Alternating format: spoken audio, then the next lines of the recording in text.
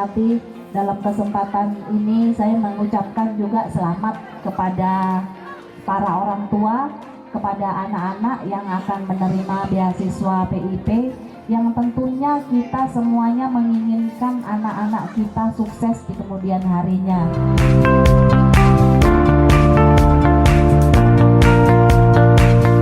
Bagi kami masyarakat Aceh Singkil, alhamdulillah tahun ini mencapai secara keseluruhan 1.620 siswa yang menerima untuk Kabupaten Aceh Singkil. Nah, kita berharap ke depan Pak, di 2020, 2021 dan seterusnya Pak, kalau bisa tambah 5.000 Pak.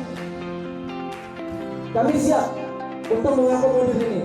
Kami siap berjuang dan mendata kembali sekolah-sekolah yang mungkin belum tersentuh. Ini harapan kami Pak.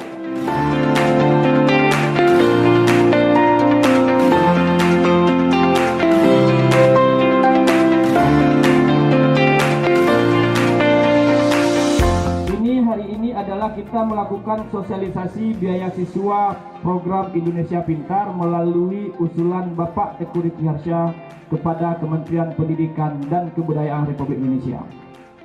Untuk Aceh Singkil hari ini insya Allah akan kita bagikan 1.620 orang siswa yang hari ini terrealisasi, di mana untuk SD-nya ada 653 orang, untuk SMP 481, SMA 480, dan SMK 6 orang.